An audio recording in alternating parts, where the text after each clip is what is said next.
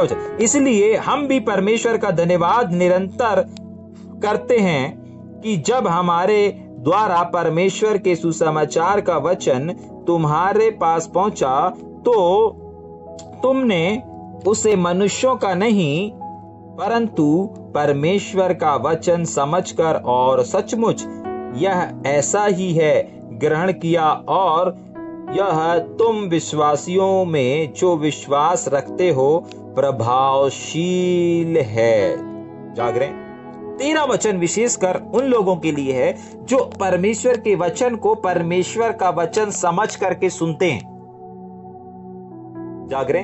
अगर आज कोई भी संदेश को, मान लीजिए इसी बाइबल अध्ययन को आप सुन रहे हैं, और अगर आप परमेश्वर की आवाज समझ करके सुन रहे हैं तो आप परमेश्वर की ये बड़ी आशीषों को अपने जीवन में देखेंगे। लेकिन अगर आप इस चीज को ऐसे सुन रहे हैं कि ये एक व्यक्ति का है, ये एक भाई का है, ये अभिषेक भाई के आवाज आ रही है, ये इस पास्टर का, ये सेवा, ऐसे करके अगर आप सुन रहे हैं तो आप परमेश्वर की आशीषों को अपने जीवन में नहीं देखेंगे। जाग रहे? किसी भी संदेश को आप सुने, आपको अपने माइंड में इस बात को रखना है, विशेषकर सुनने वालों के लिए। जाग रहे? ये सिखाने वाले के लिए नहीं है, ये सुनने वाले के लिए। अगर आज इस समय अभी आप इस आवाज को सुन रहे हैं, इस बाइबल अध्ययन को सुन रहे हैं, तो 13 वचन को याद रख लीजिएगा। पहला थिस्सलुनीकी किताब 2 अध्याय 13 वचन में साफ लिखा है, इसलिए हम भी परमेश्वर का धन्यवाद करते हैं और निरंतर करते हैं। क्यों करते हैं? क्योंकि जब हमारे द्वारा परमेश्वर के सुसमाचार का वचन तुम्हारे पास तक पहुंचा, अभी आपके पास तक पहुंच रहा है, आप रिसीव कैसे कर रहे हैं? अभिषेक भाई का है, इस पास्टर का है, उस पास्टर का है, इसकी आवाज है, उसकी आवाज है, ये प्रचार कर रहा, वो प्रचार कर रहा, ये संदेश दे रहा, वो संदेश दे रहा, अरे वो उसका संदेश है, वो उसका प्रचार है, ऐसे रिसीव किया नहीं। कैसे रिसीव करना है? अगर ऐसे रिसीव कर रहे हैं कि भाई इस भाई का है, उस भाई का है, इस प्रचारक का है, उस प्रचारक का है, इस पास्टर का है, उस पास्टर का है, तो आप परमेश्वर से आशीषों को नहीं पा सकते। तब वो प्रभावशील नहीं होगा, प्रभाव रहित हो जाएगा, वो कोई प्रभाव नहीं डाल पाएगा। लेकिन प्रभावशील कब होगा? जब आगे लिखा है उसके, तुम्हारे पास पहुंचा तो तुमने उसे मनुष्यों का नहीं परंतु परमेश्वर का वचन समझकर ग्रहण किया। याद रख लीजिएगा, अगर आप इस अध्ययन को परमेश्वर का आवाज और परमेश्वर के वचन समझ करके ग्रहण कर रहे हैं, रिसीव कर रहे हैं, तब आपके जीवन में यह प्रभावशाली होगा। तब आप इस वचन की सामर्थ को अपने जीवन में, अपने घर में, अपने परिवार में देख पाएंगे। अधिकांश लोग सुनने वाले जो रहते हैं ना, वो यही समझ करके सुनते हैं, नहीं वो पास्टर ऐसा है, उसका संदेश है, वो उसका संदेश है, वो उस भाई का संदेश, वो उस इवेंजलिस्ट का संदेश है। लेकिन जिस दिन आप परमेश्वर के वचन को परमेश्वर का वचन समझ करके ग्रहण करेंगे, उस दिन आप परमेश्वर के वचन की सामर्थ को अपने घर में, अपने परिवार में, अपने व्यवसाय में, अपने बिजनेस में, अपने हर एक क्षेत्र में, हर एक रिश्तों में देखना शुरू कर देंगे। जाग रहे? हाँ।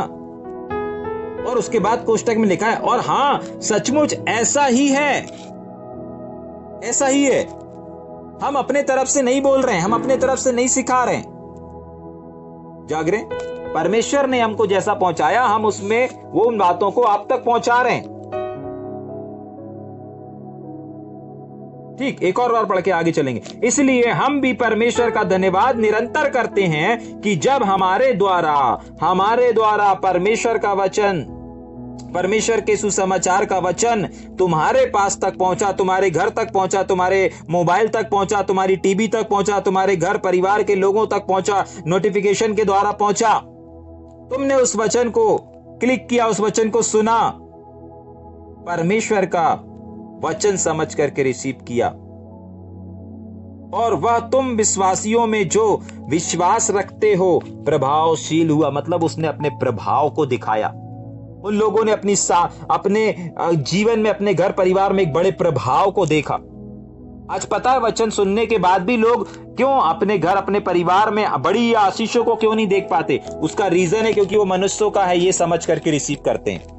अरे उस पास्टर ने प्रचार किया है, उस भाई ने प्रचार किया, ये समझ करके परमेश्वर के वचन को और इस बाइबल अध्ययन को मत सुनिए कि कोई अभिषेक भाई प्रचार कर रहा है, कोई अभिषेक भाई सिखा रहा है, चाहे इस संदेश को, चाहे और किसी संदेश को, नहीं, जिसका नाम है उसके संदेश को मत सुनिए।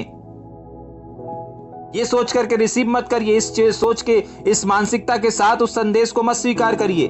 उस संदेश को ये समझ करके स्वीकार करिए कि वो परमेश्वर का संदेश है, वो परमेश्वर का वचन है, वो परमेश्वर का वचन ग्रहण करिए। जाग रहे? परमेश्वर के वचन को परमेश्वर का वचन समझ करके ग्रहण करना है। जैसे आराधना के लिए लिखा है ना कि जब आप आराधना करते हो तो परमेश्वर को परमेश्वर जान करके उसकी आराधना करो। अगर आप आराधना कर रहे हैं और परमेश्वर को परमेश्वर जान के आराधना नहीं कर रहे हैं तो वो आराधना बेकार है।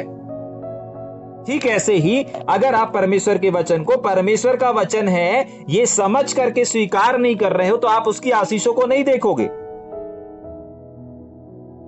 लेकिन अगर आप परमेश्वर के वचन की आशीषों को देखना चाहते हैं तो आपको सबसे पहले अपने अंदर इस बात को रखना पड़ेगा कि परमेश्वर का आवाज मुझ तक पहुंच रहा है, ना कि किसी विश्वासी भाई का, पास्टर का, सेवक का। इनकी आवाज मुझ तक नहीं पहुंच रही है, लेकिन परमेश्वर अपने वचन के द्वारा अपनी आवाज को मुझ तक पहुंचा रहा है। तब एक व्यक्ति बड़ी आशीषों को अपने जीवन में देख पाता है। ठीक 14 विशेष करके जब आप परमेश्वर के वचन को परमेश्वर का वचन जान करके रिसीव करते हैं ना, तब कुछ होता है।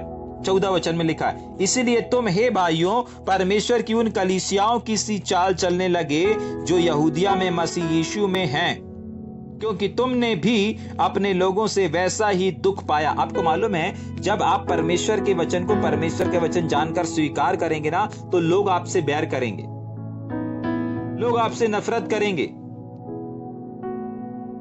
समझ पा रहे हैं? हाँ, लोग आपको अस्वीकार करेंगे, जैसे यहां पर हुआ, जैसा यहूदिया में हुआ वैसे ही तुम्हारे यहां भी हो रहा है।